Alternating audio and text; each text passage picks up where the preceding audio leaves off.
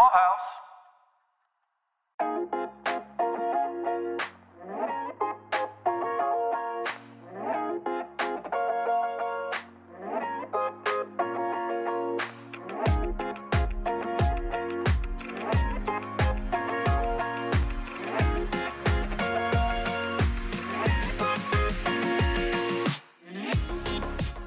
Welcome to Decorating the Set from Hollywood to your home with your hosts, Beth Kushnick and Caroline Daly. Welcome to Decorating the Set from Hollywood to your home. This is Caroline. Hey, Beth. Can you believe we are already in the second half of season 5? Hi, Caroline. No, it's gone so fast with so many great interviews and conversations, but I'm really excited because this week it's very special for me. We're speaking to my mentor, Stephen Hendrickson, production designer extraordinaire. Stephen is a legend in the business and a person who I am lucky enough to call a dear friend. I am so happy we got to do this interview. I know in the interview, Stephen talks about how he got his start in the business, but I need you to fill in a little missing piece for all of our listeners. How did you and Stephen actually meet? I was lucky enough to be called by Stephen to do a series of Ethan Allen commercials. And in those days, they were extremely extensive, very large commercials where on that job we had, I think, 6 stages at Silvercup Studios, many of which were devoted to the sets, and the other stages were devoted to just storing the Ethan Allen furniture, because other than flowers and plants and draperies and things, everything we used on set was from Ethan Allen. I will tell you that it was at the beginning of my career, and I was thoroughly intimidated. I don't know, it just worked out perfectly. We just really got along and seemed to have the same visual affinity for things and vocabulary, and those were many years ago, but that's really what led to all our subsequent work. And when I look back at my IMDb page, my resume, my list of movies, a significant portion of them, of my jobs, were with Stephen. Listening to your interview, it is so clear that you and Stephen have a shorthand with each other. I feel like your collaboration just must be seamless, but I'm so curious if that came just right at the very beginning, or is that something that you guys worked on together to actually get on the same page? I don't think it was immediate just because of my nerves. You know, Stephen had a reputation and it was something new for me. And I think once we got through the first couple of jobs, it just became more seamless. True collaboration is exactly what the film and television industry is based on. The connection between production designer and set decorator is special, and it's vital not only for telling the story visually, but between the set decoration and the art department, we're running usually one of the biggest, if not the largest, departments on any given show. So there has to be real collaboration. I think doing episodic television really honed our unspoken connection when he goes and is working with the prepping director and I'm left with the shooting director. You know, our jobs sort of get blurred and our collaboration, even the unspoken part, you know, is just vitally important. So I'm covering for him and he's calling information into me or sending me photographs. I mean, of course, we started in the days before that was even possible. So we just seem to have this seamless connection. And he is one of the most visually literate people that I've ever met. His ability to understand filmmaking, everything, all the references that are so important. He's got all of them. Architecture, art, design, decorating, all that background. And we just sort of revel in all of it, sharing all of it. Stephen and I always had a love for design books and for any kind of reference books. When we were on location in Baltimore on a movie, we used to go shopping at this store that had, overruns of different design books. And every time we had a minute of a break, we'd be there buying these like incredible design books for $10, $12, and $15. And we both accrued quite a collection through the years, but those books were kind of our reference points, our research, no matter what they were about, tablescapes or drapery or window treatments, anything. They were odd, but, we added them to the collection. And throughout the years, he's been trying to get rid of some of his books, and I've been trying to get rid of mine. And he sends me a book that he's trying to get rid of, and I send one back. So it's not really working. We still have our book collection going, but it gave us something to pour over and reference, and whether it was another television show or a movie, something, we seem to always have the same kind of opinion or feeling about things. And I think that is what really contributed to our successful collaboration. Beth, you gave me a new goal. I need better visual literacy. Clearly. That phrase is I just going made to that stick up. with me. Yeah, well, it is going to say, no, now you trademarked it. Now it's yours, Beth. It is Yes, yours. I did. Hashtag visual literacy. Yes, because this is something that we talk about a lot, about how it's very difficult for people to take an idea, something they see, and then actually bring it to life. This is huge. I know that you and Stephen worked together for over 25 years and on more than 200 episodes of television and many films. So tell us a little bit about what that's meant to you. I think it developed to a point where we also had the same attitude. On any job, we were always the people who said yes. If they come to you and it's a Thursday afternoon and it's going to rain and they have to shuffle the schedule, or an actor gets sick, or they decide they don't want to go out, they want to stay on the stage, what can you do for us? Even though we'd close the door after they'd leave and say, holy hell, how are we going to do this? We always put on the same professional, positive face. And that was something that we dealt with through years of difficulty. We had some challenges in the days of our episodic television show with certain personalities and people who made drastic demands. Even though we'd come home and download and talk to each other, and as Stephen would say, I've got my glass of wine, I'm ready to lay it out. Right, let's problem solve. Yeah. We still maintained this positive attitude, and I think Stephen always expressed his faith in me. In the interview, you'll hear about, I'd always make this phone call, especially when things were drafted on a computer and they might have been wrong, or we were reusing and repurposing a certain wall from one set to another. And, I'd always get to that point where, okay, I have room for the bed, but I only have room for one end table and not another.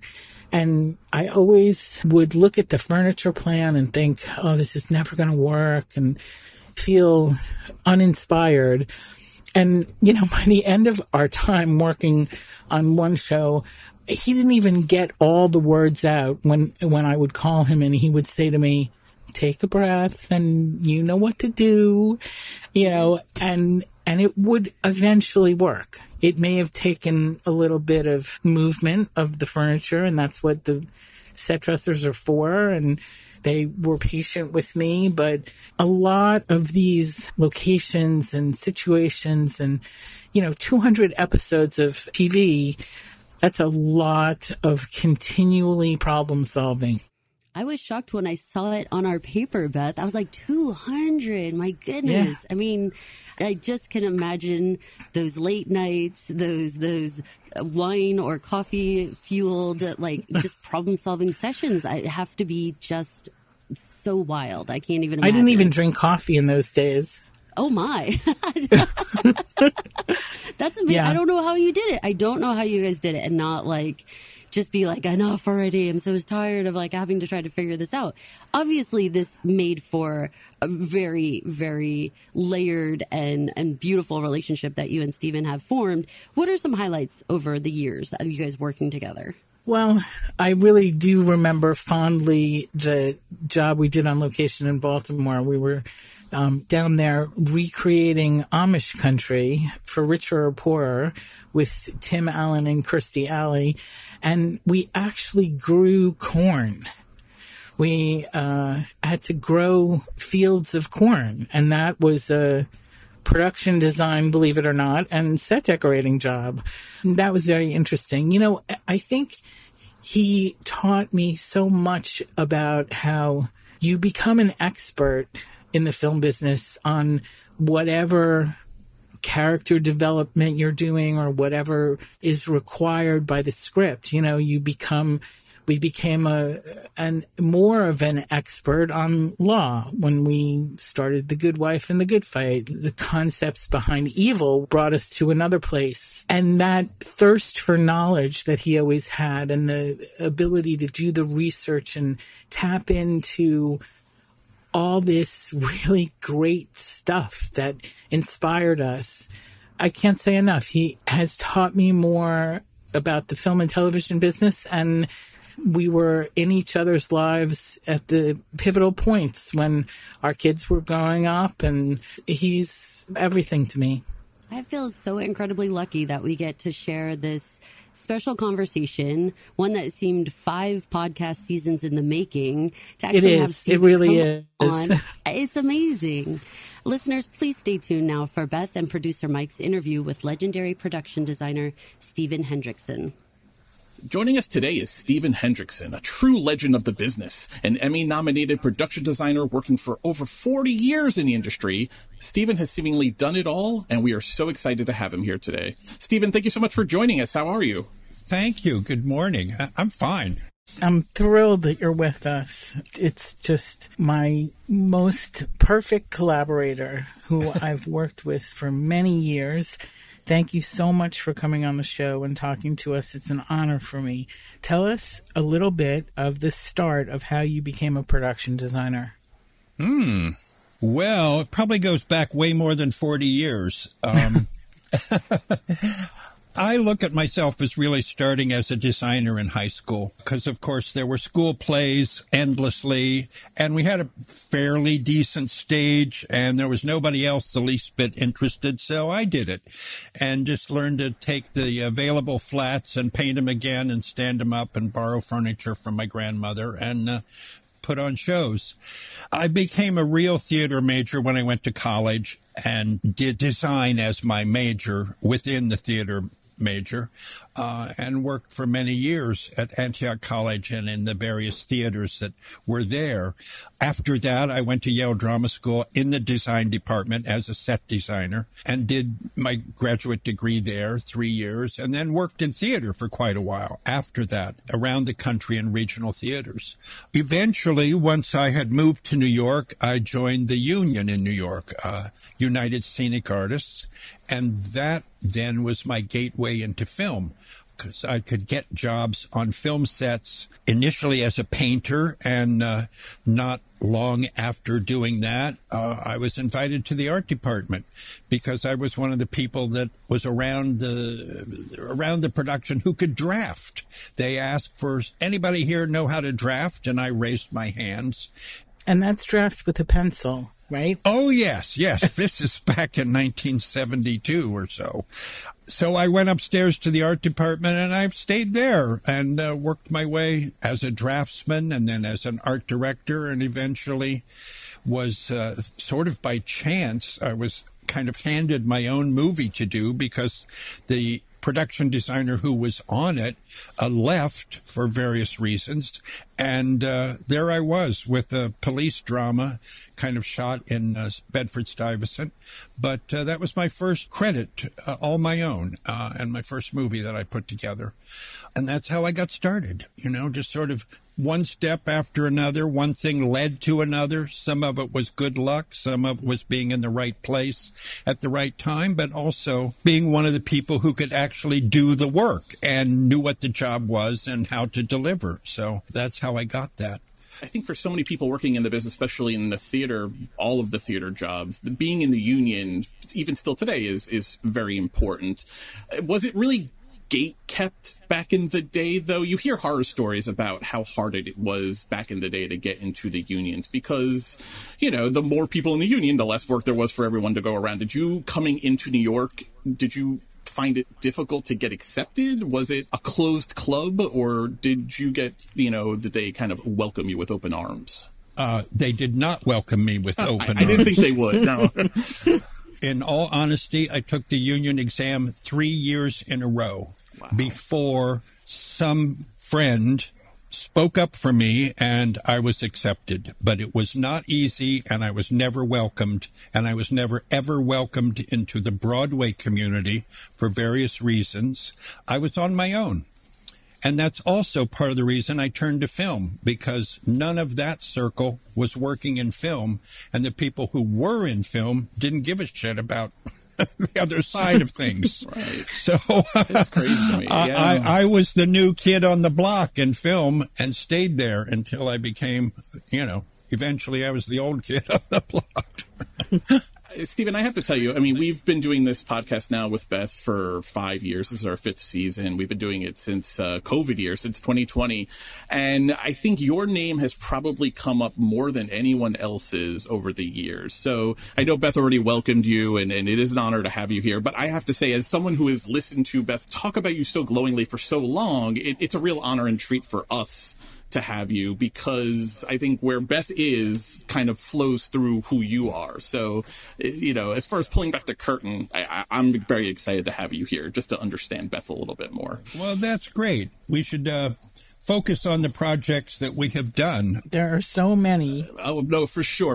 I want to stay in the past a little bit longer, though, because I think because you and Beth have been in the industry for so long, and Beth often talks about the time before technology really took over, and I think you could probably speak to that, too. So to talk a bit about the quote-unquote good old days when drafting and drawing happened with a pencil, when you needed that skill, and how did you feel when the industry did move to computers and to drafting on computers and technology really seeped in? Did that dampen the business for you or change it dramatically for you? I would not say it changed it dramatically, but it did change it. But certainly in the good old years, if we want to call them that, the 70s, the 80s, even the earliest part of the 90s, I would have a drafting room of 3 or 4 men, women, whoever, sitting at drafting tables and drawing with a pencil. One thing after another. All the work was created by hand. And I found that the people who had to then execute those drawings, the carpenter shop particularly, appreciated that. Those men had grown up with the pencil drawings. They were not computer literate themselves. So a pencil drawing of a set with all of its details worked out in all the different ways that you do in drafting was the language that we all spoke. When the computer came in, first of all, not all the art directors who did the drafting were familiar with it. So I would have an art department with perhaps 1 person on a computer and 2 people on a drafting table with pencils. Gradually that changed. And as it did, the carpenters were not happy with it because computer drafting was prone to errors. If you don't click the exact right thing and put the right number in, then the drawing is wrong. Set decoration department wasn't happy with it because when the measurements were wrong for the carpenters, they built something that made it very hard for the set decorators.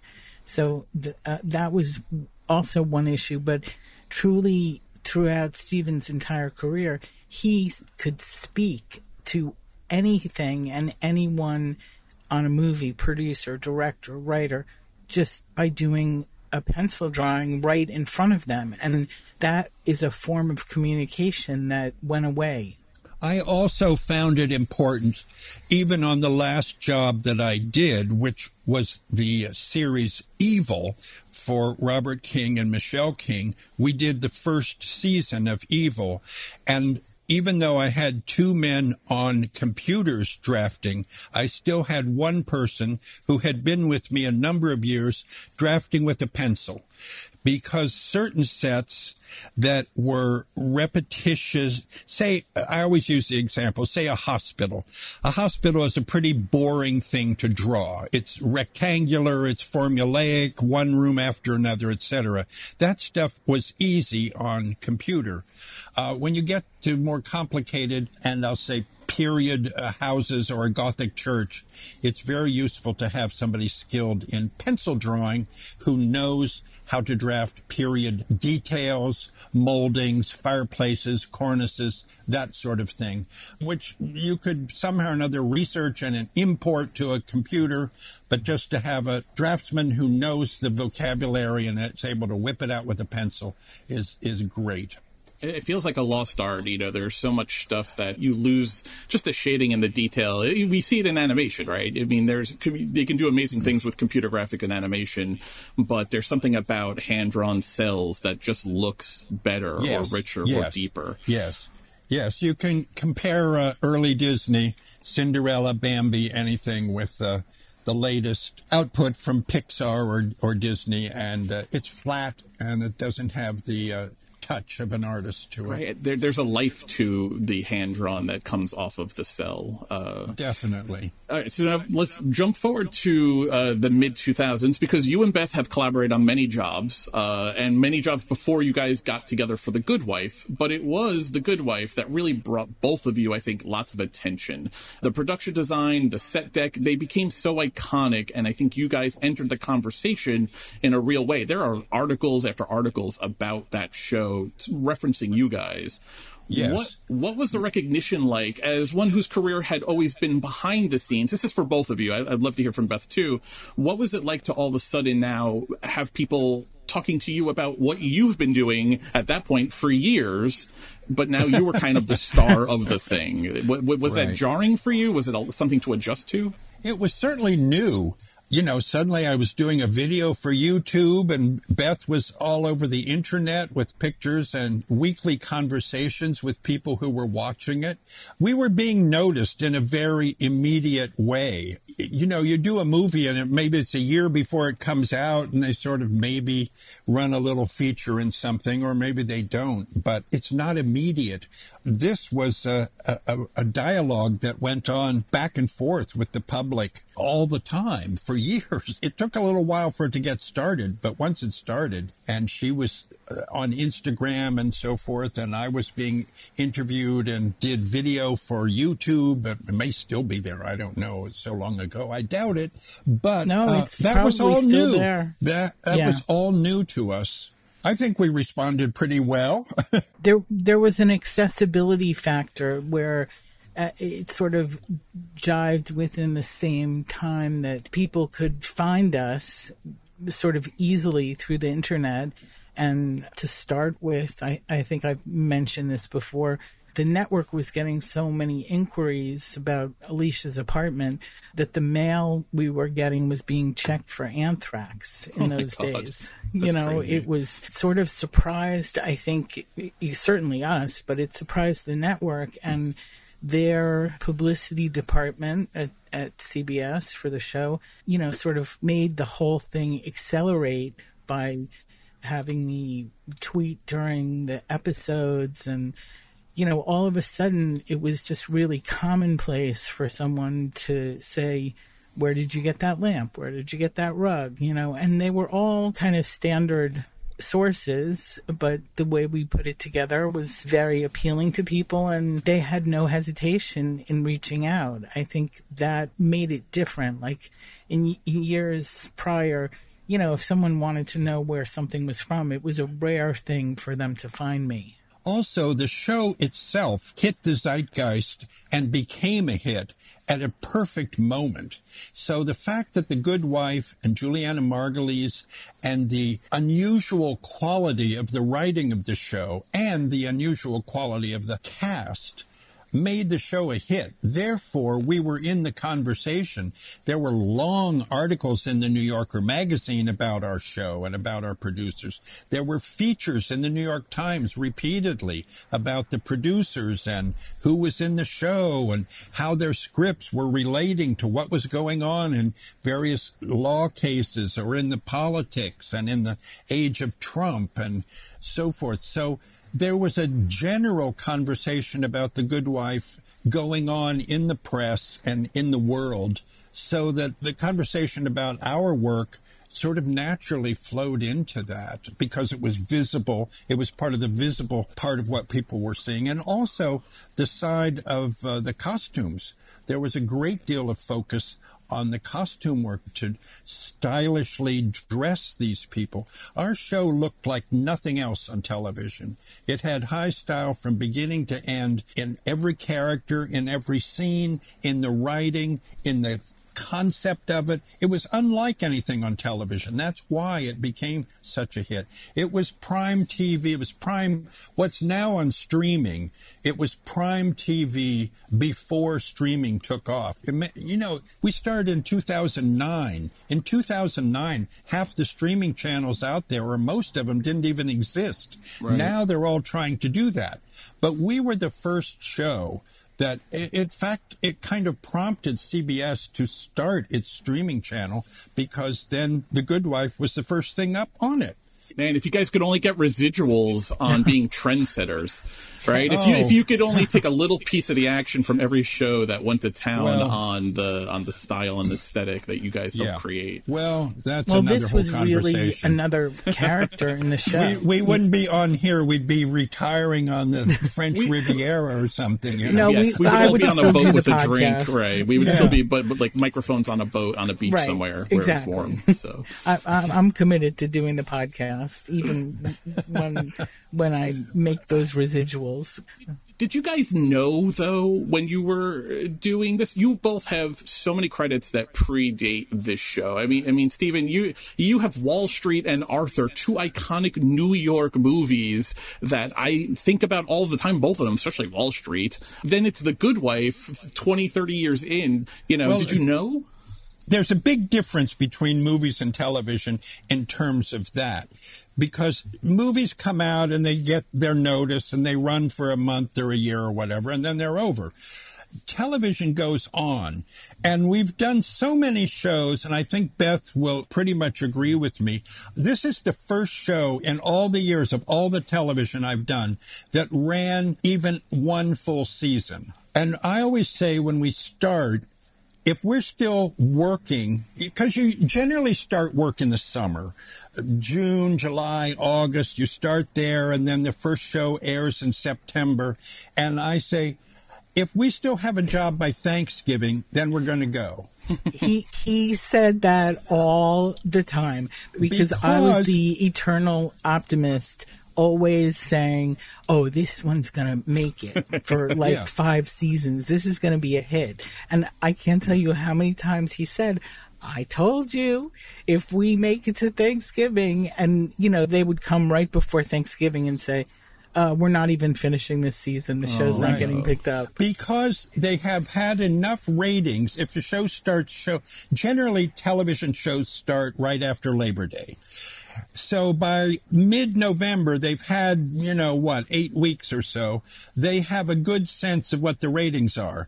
And if the ratings are not where they want them, you're done. So Thanksgiving, happy Thanksgiving, don't come back, Or we were picked up. We didn't know at the beginning of Good Wife, but we were picked up right around there, somewhere in November. And it just went on from there. However, even at the end of first season, you don't know if you're renewed for season 2. But it didn't take long to get the season 2 renewal. It wasn't like a cliffhanger. There was so much invested in it and such a strong belief in the Kings and in Juliana Margulies that it was picked up and, we went on forever and ever. I think it was also that it was really seen for the first time. And remember, when we were doing The Good Wife, it was 22 episodes a season. Yeah. Yeah. So, it's not like a streaming show of 6 episodes or 8 episodes, but the show's look was actually considered another character, and there was a lot of focus on how that character played into all of the episodes. Well, you could really live with the character in a 22-episode season. Right. You can really play with it and do your own arc that's not in the script. And that drove the set design, right, in that the sets had to be complicated enough, have enough depth to them, enough areas to shoot, enough rooms, as it were, to shoot, to maintain interest. It wasn't like a sitcom that has a living room and a kitchen. That's it, and you shoot it in 28 minutes or 22 minutes. This was an hour show, which is in fact only 44 minutes or 45 minutes, whatever. But it had to be a complete world for Juliana and her family, her children, to live in, with every bathroom, every bedroom, every nook and cranny, the laundry, everything fully built out so that the stories could develop. You wouldn't see all of that every episode, but episode by episode, you would explore that world. And sometimes look, we're in Juliana's bedroom. We haven't been there before. Or we're in one of the children's rooms that we only saw, maybe it was 4 episodes in before we used that bedroom, but it was a natural part of the life of that family to move from room to room to room. So it had to be complete. The same with the law office. It had lots of rooms, and it had an upstairs and a downstairs, and it had different entrances and specific areas for each character that all had to be developed and dressed and thought through for the uses of that character. And you didn't necessarily see it every week or every episode, but over the course of 22 episodes, you certainly explored the entire world that we could create. I found this quote from Beth that I think so well dovetails with what you just said. And because it's from 2010, I feel like it's worth reading. It'll take a second. Okay. Because I think it's perfect for what you just said. Beth was giving an interview. You both were actually in this article. It was from Art Departmental. It was about the show. It was brand new. Beth said, as a set decorator, I think it's all about the details. Even though things like a collection of fortunes from fortune cookies placed in a bowl in the kitchen, which was my 8-year-old daughter's contribution, or bedside table junk in the bedroom, coins, a random earring, a chiropractor's business card. Most likely those things will never be seen on screen, but they give life to the sets, and I find them very necessary to complete the lived-in feeling. Right. This is the world you guys are creating. You are world building in a way that I think viewers feel, even if they're not aware of it, right? You're making connections, right? Well, you're doing it for the actors and for the general atmosphere of the set. And you create this world, and it demands respect from the people who work on the set. They have to treat it as though they're really in a person's house. And I'm a great believer in what Beth said there. I remember years ago on a movie I did, I had a different set decorator, but Boo. Well, it was before Beth and I started working together. Okay. I mean, it was before my time. It was. But the point is, this person was kind of new at the business, and I explained to him what I expected, and I said, even the inside of a dresser drawer has to be thought through and dressed, because this character might open that drawer, or you might just open it, not necessarily in the scene, but just hanging around the set. And you want him to feel like, he really does inhabit this space. Right. So I always think of that dresser drawer story, because I fully believe in that we're writing the character's backstory. Right. Flushing out the character fully. What were some of the questions from Michelle and Robert King that when you were getting ready to do the show that played a part in the concept for the design you came up with for the show? Well, I would say it was less questions than concepts that Robert had in his mind. First of all, they had done a pilot in Vancouver on location before they then were picked up and came to New York, and then we got hired. And there was a characteristic of this office that he quite liked, but he really wanted to expand on, and because it was a location, it wasn't really perfect. But his concept was that it was life in a fishbowl. that within both the apartment and in the law office, there was glass. There were no places you could hide. You were visible everywhere. So particularly the law office, we centered around a conference room entirely wrapped in glass walls and glass doors, so that from every angle within that set, you could see out of an office with glass walls into the hallways and then into the conference room. Everybody had their eye on everybody else. Which is a major feat in shooting because of all the glass. Yeah, reflections, right? It was very, very difficult for shooting, but at the same time, we did everything possible to make it work by having most of the glass swivel and pivot, so that panes of glass, which were enormous, they were 3 foot by 7 foot high, they were on pivots, so you could angle them to kill the reflections and still have the sense of looking through a glass wall. So that facilitated the shooting as best we possibly could. But they were always fighting it and always trying to get reflection of a light or a reflection of a camera out of the glass so you're seeing through the glass clearly. But essentially, the concept really did work. We reworked it almost every year. We rebuilt that law office set. People would have a different office, or Robert would have a different concept of where this would go, where that would go, and we created 2 totally different areas, the upstairs and the downstairs, and those got reworked time and again so that it gave it a fresh approach to the shooting and also showed the evolution of the firm as it changed management from one person to another, because all of that internal struggle within the law firm was a great part of the drama. Who was up, who was down, who got fired, who took over, who got their name on the door. So we would rebuild to reflect those things, while Juliana's home never got rebuilt. My favorite directive that spoke to me the most visually that was given was law is a blood sport. And, you know, that was something that we also focused on. Yes, that was kind of Robert's approach to the scripts and to the relationships. It was always a competition, a struggle within the world, and that was played out, in the colors we used, the very, very minimal use of red, but if there was red, it meant something. We generally did not use bright colors within the law firm. We didn't use bright colors, period, unless there was a real reason for that. Those colors would reflect a concept. And we did go with the warm tones in the office and the cooler tones, certainly in her apartment and in the outside world. So there's a stability in her home, though. So how did you contrast this office that was going to change, say, season over season, or even over the course of a season, versus the home, which maybe is going to be more stable, is not going to be revamped constantly? Do you have to take more time when you're setting that up? You're not going to change the colors, Beth, right? You're not going to change that eggplant dining room every week. People don't do that. They paint their room and then they generally leave it there. So is that like more forethought? Like, we have to get this right out of the gate to make sure it's setting the right tone? We definitely felt we had to get it right out of the gate. One of the things about the very beginning was it was a digital shoot.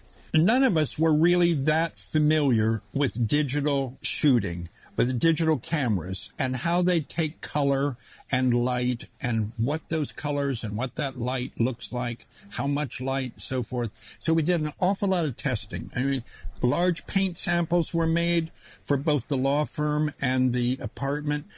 Wallpaper samples shown. Everything was tested and tested and tested until we arrived at things that would work digitally, because it's quite different from film. It's one of the reasons we stayed away from certain things. There's no yellow, for instance. Yellow was problematic digitally because it bleeds. It doesn't keep a hard edge. Reds flare. The least little square of red jumps off the screen.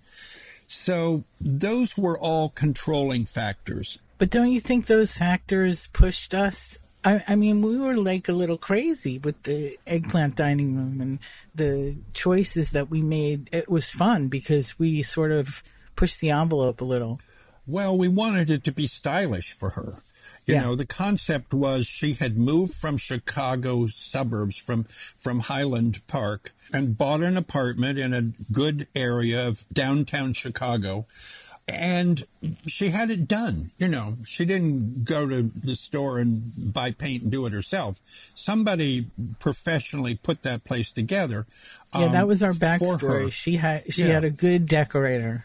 Yeah, that responded with contemporary ideas and contemporary furniture, but, you know, with the appropriate antiques mixed in, but it was not a modern high-rise. This was a classic old apartment, probably built in the 20s or 30s, with moldings and lots of rooms and interesting layout.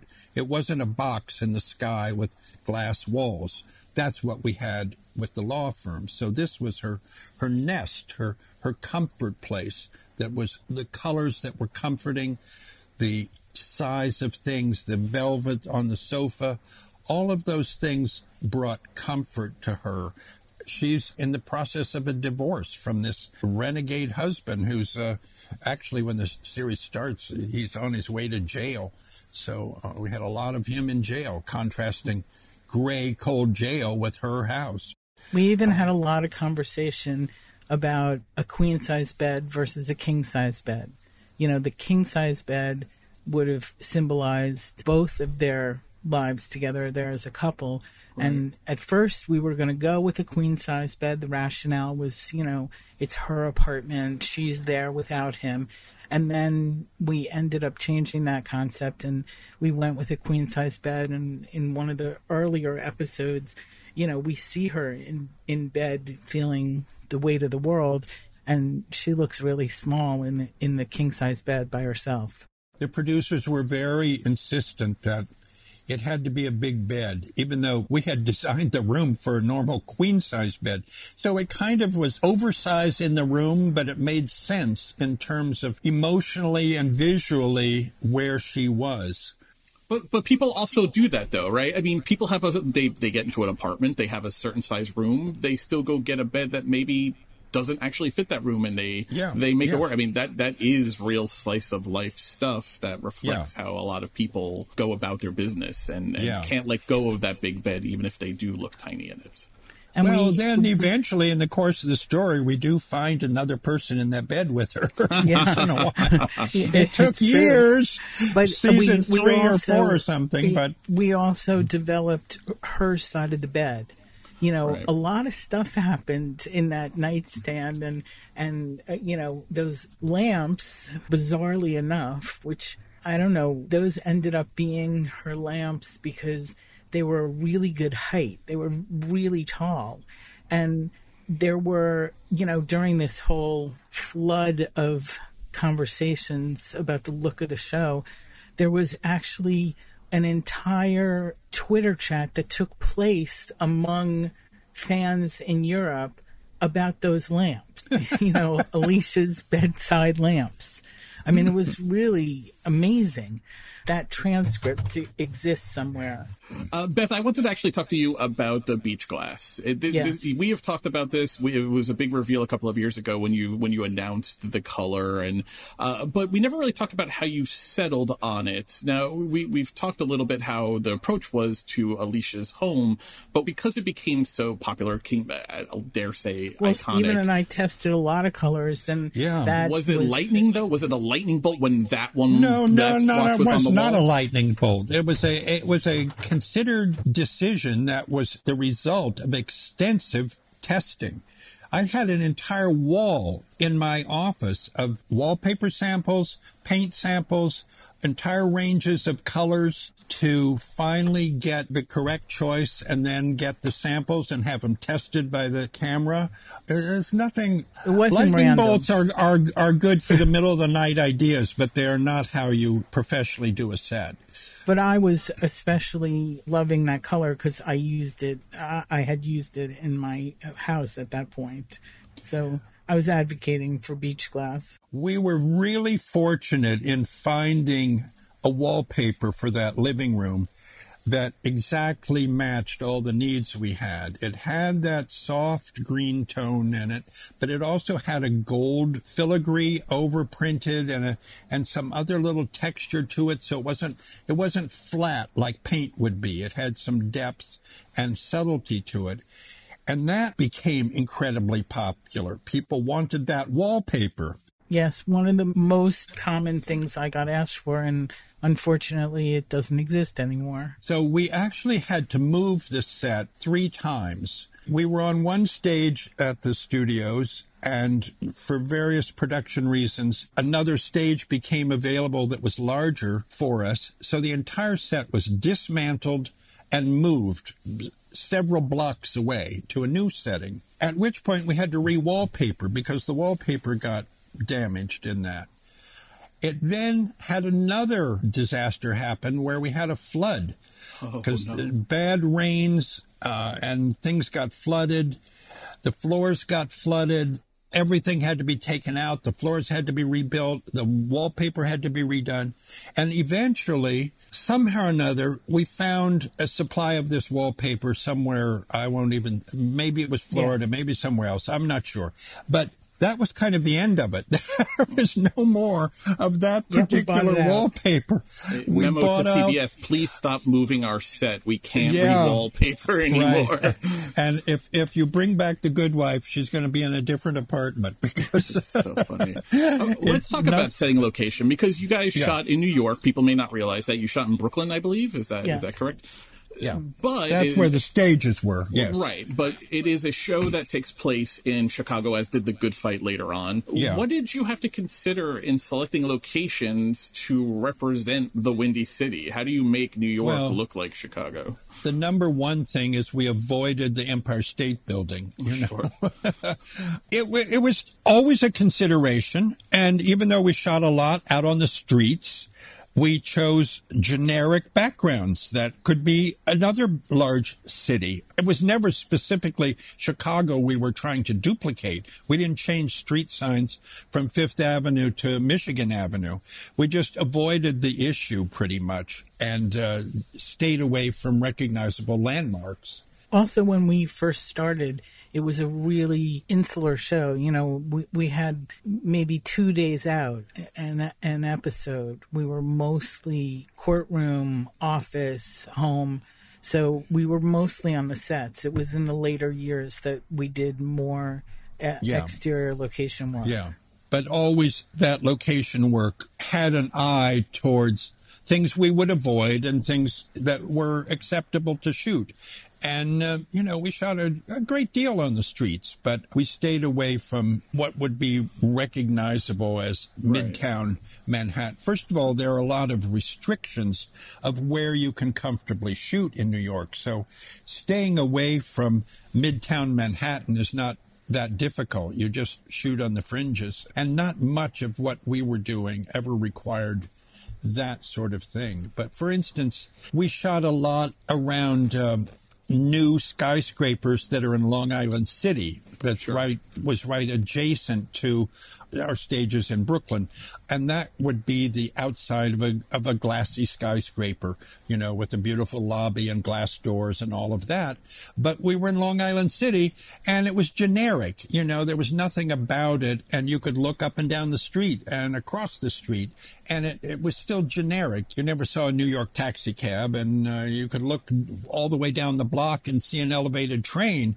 And Chicago has elevated trains. So the fact that we had a New York subway 4 or 5 blocks down away from us was perfectly acceptable. 15 years earlier, Long Island, City would have been a different area of Chicago. Yeah. So it was you guys were there at the right time. I guess you can't make the Empire State Building look like the Sears Tower. I don't know what angle that would be at to do that. Beth, when you're doing the set deck pieces, what were you thinking to make you think this is Chicago? You are a New York girl, born and bred. Yeah. How are you selling us on Chicago in your top layer of life? Definitely in the top layer of life. If anyone focuses, and I've had questions because I know they do focus on things like the bulletin board in the kitchen has Chicago menus, pizza, deep dish pizza from Chicago. Yeah. We got some product placement. We started with that whole layer. I think we got something from the Art Institute of Chicago. Yes, we have a we did. poster We got or clearance something? from the Art Institute. We had, a random tote bag, and sort of wherever we could not, we could do it legally, and wherever it would read. There are plenty of ode to Chicago things, even in the office. We did maybe a iconic Chicago place on a mug that sat on someone's desk. But we had in the shop, actually, at the end of one whole aisle, we had our ode to Chicago snow globes, and all the things like that. And it does, make a difference. I'm going to ask this one for both of you, just because this is the kind of behind the scenes people love to hear about. What's a favorite set from either The Good Wife or The Good Fight? And we're staying with these shows because they were so popular. They remain so popular. I just talked to someone last week who's just started streaming them on Paramount Plus. Stephen, do you have a favorite set from your time working on The Good Wife or The Good Fight? Well, I'm thinking about it, but I have to say, within the Alicia apartment, I think the living room is just the most divine room. I just love that room. I love her sitting on that couch, and you look past her, and you can see the foyer, or you can see the dining room, or you see the fireplace with the beautiful painting we had done over it. There's just something absolutely iconic about that room and that show. So I would say that's my favorite set from there. How about you, Beth? When you think back on that time? Definitely. I remember when the show was over, we were having a sale of the set decoration, and I was sitting in the set, mourning it. And really, I think having moved that set completely all those times and now packing it up forever, I think I agree with Steve in the living room, but there was something really great, I think, because I coveted the most. Alicia's bathroom, which we didn't see often, but it was so grand in size. But there were touches in Alicia's bathroom that really meant a lot to me. And the kitchen was probably, I was the most asked about the kitchen and living room. I think Stephen's idea of those bookcases that defined the living room, on both ends, it was just a place that everyone could sort of, it was really attainable, but everyone thought it was aspirational. And, that's what came out so much in the articles and in my blog and conversations with people. It was pretty much done because of the timing and what we got out of it. It had to be done quickly, and it was all sort of really attainable sources. And then, of course, the furnishings and the Good Wife collection and Good Fight collection with Mitchell Gold and Bob Williams made some of those pieces iconic. It's amazing. I mean, it definitely had a lasting effect that people still have probably in their homes today. Let's talk a little bit about how the sausage get made. I know you guys are being very gracious with all your time here, but I don't know when we'll have you back, Stephen. So I want to make sure we get everything out now. Yeah, no, I'm good. Go on. I'm happy to stay. You guys are always working on 2 episodes simultaneously, right? You're prepping one, you're shooting the other. How do you find the time to quote unquote like serve all of the masters and devote and split your focus? Beth, I'm going to ask you the same thing after this too. Mm-hmm. First of all, I have a staff. There's an art director, and then there are other art directors under him. And there is all the staff that Beth has. So, there are people doing things for you all the time. So you go out, get in the van, and go find the next thing and come back with that information and throw all that at them. So, first of all, you don't spend all the time away from you spend maybe half the day or 3/4 of the day looking for the new stuff, and then you come back to the studio and you execute on what you have to do right away. It's a division of your time, and you just manage it. That's the way it's built, and everybody knows that that's the way it's built. You have a new script, you're going to all sit down, break it all down, have a production meeting, know what the job is. At the same time, you've already prepped all the stuff that they're needing for the current episode, and it's underway, and the staff is doing it. It's the way the job works, and the whole place works on that system, that everybody is both prepping and shooting all at once. So you just do it. The interesting part of it is that the production designer and the art department and the set decoration department is, one of the only departments that is doing every episode. You have a different director. You have, for each episode, you have different assistant directing teams. So we're always prepping and shooting at the same time, whereas you have a different DP, director of photography. Yeah. So they're focusing, their focus is single focused on one episode. But, Stephen and I and our collaboration and mind meld that we have had through the years, I think, it gives us an unspoken way of communicating that, I know what he expects and what he wants, and we knew the level of the show. And there were many times that he laughed. I didn't laugh when I would call him and say, this set is not fitting my furniture, and I'm not gonna be able to do this. And he would say, yes you are, try it again, I'll come there. In and move the couch to the other side, and it'll be exactly. fine. So but we did have a system, and that's what it takes. He goes with the prepping director, and I stay home with the shooting director. Yeah. And it really is a mindset that you have to get your head wrapped around, but it works. I would go out with the scout, and we'd, maybe pick a location, like we're going to shoot in this house. And I would take some pictures, make a rough sketch of what the plan would be, where the furniture is, what the script and the director have asked for, and come back to the office and download it immediately. I don't mean into a computer. I mean with my heads of departments, and tell them, we're going to have to paint this room, and you're going to have to bring in 6 chairs to go in front of whatever.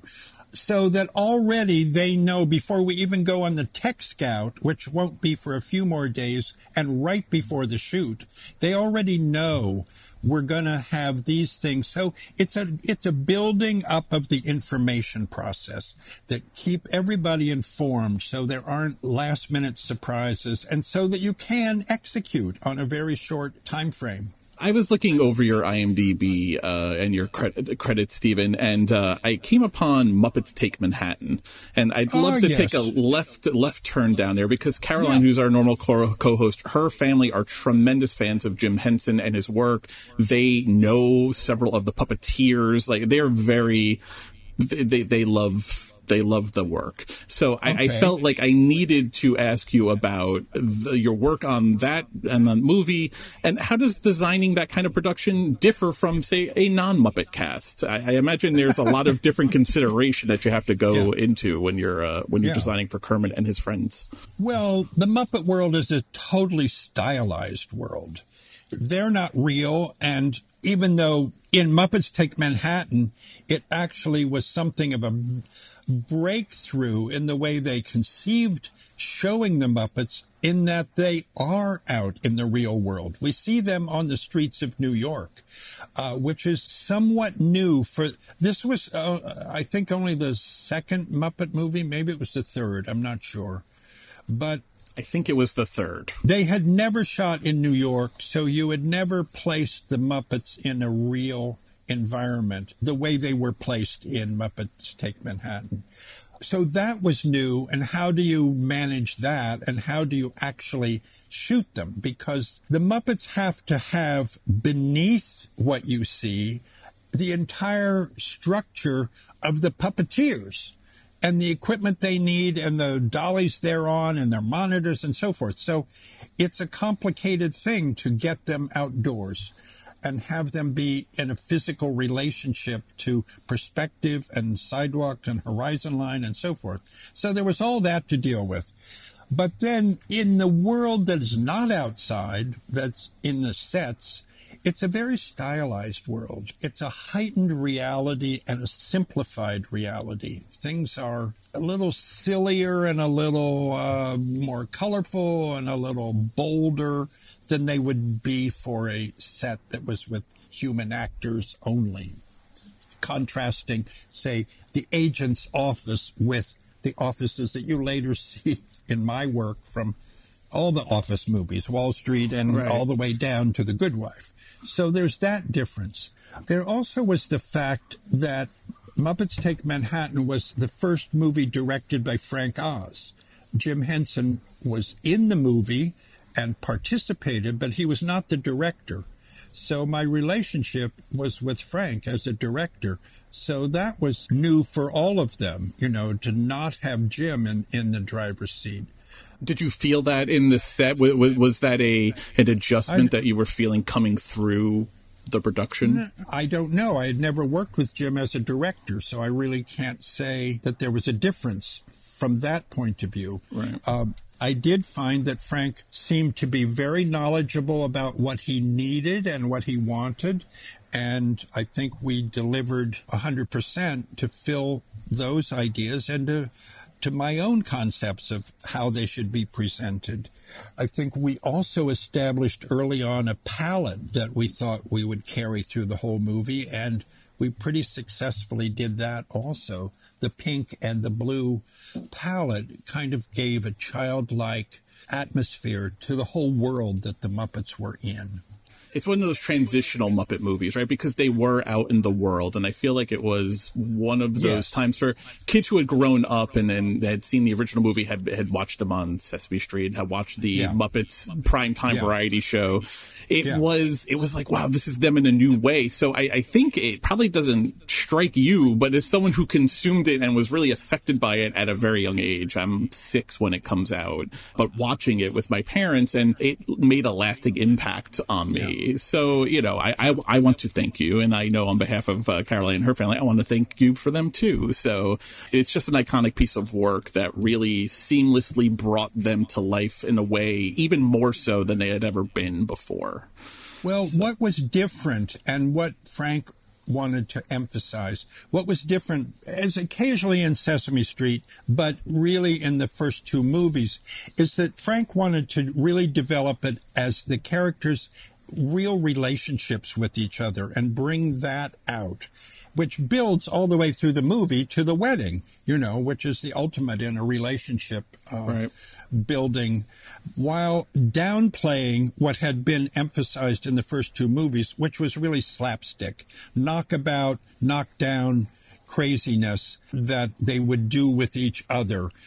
This movie played that down considerably and more built up the relationships with each other, the problems Kermit gets into when he loses his memory, and then you go off into the world where he's with the advertising agency and so forth, and abandons the showbiz part, and they knock that out of him when they discover him in the diner with the advertising people. And we get back to the basic thing that is the through line of all those things is let's put on a show. The first movie is they go to Hollywood. This one, you know, they go to Broadway, and that's the through line from college to New York to Broadway. It was your story. It's my story, yes. That's why I identified with it so much. I love that so much. We have one final question here before we let you go. Thinking back, you had a very long career. You did some amazing things, but I have to imagine there was some challenge that you faced that stands out to you, or taking a positive spin on it, something that you look back on and you remain particularly fond of. What is that project for you that you think about when you look back? You better say one that I worked on with you. Well, I can say one that we did together, I think we can both say was probably the nadir of our movie-making careers, the Amish in the countryside. For richer or for poorer. We'll leave that one unmentioned. But among my favorites clearly are the two that people recognize me for, and that's Wall Street and Arthur. I have particular fondness for Arthur, and I realize, Liza and I are the only two people still alive from that. Wow. This is true. I hate to say. Almost every director I've worked for, except for Frank and Oliver, has died, and quite a while ago, in fact. You wonder why I never have any second features with some of these people. It's because they all died. The director of Arthur died within 6 months or so of it opening. Amazing. Steve Gordon, John Schlesinger, of course, died. Michael Ritchie died. Bruce Paltrow died. So okay, let's. I've survived everybody. Yes, you have, and continue to. Thank you so much for joining us today, Stephen. This has just been incredible. Yeah, you were a treasure. Thank you so much for bringing your career and yours and Beth's collaboration kind of to life for us today. It's been a treat. You. It's been an honor to be invited, and I'm eager to hear when it's put together. So we'll talk then. Sounds good. Thanks so much, and listeners, thank you guys for listening, and we'll see you for next week. Take care. I want to send Stephen the sincerest thank you for not only making time to speak with us, but for his years of friendship and mentorship. I hope our listeners enjoyed that conversation. His insights are behind the scenes gold from an industry legend. It's a podcast that I think people will listen to over and over again. Okay, guys, that's going to do it for this episode. Thank you all for listening. A special thank you to Stephen Hendrickson for coming on today. We were so lucky to have you. Listeners, please don't forget to rate, review, and subscribe to Decorating the Set from Hollywood to Your Home at Apple Podcasts, Spotify Podcasts, or wherever you listen to podcasts. Please leave a 5-star review. It helps a lot in promotion of the show. 5 stars, people. Thanks so much for listening. Decorating the Set from Hollywood to Your Home is an original Pod Clubhouse production, recorded, edited, and produced at Pod Clubhouse Studios. For more information, please visit us online at podclubhouse.com. Don't forget to rate, review, and subscribe to Decorating the Set at Apple Podcasts or wherever you listen to podcasts. Thank you for listening.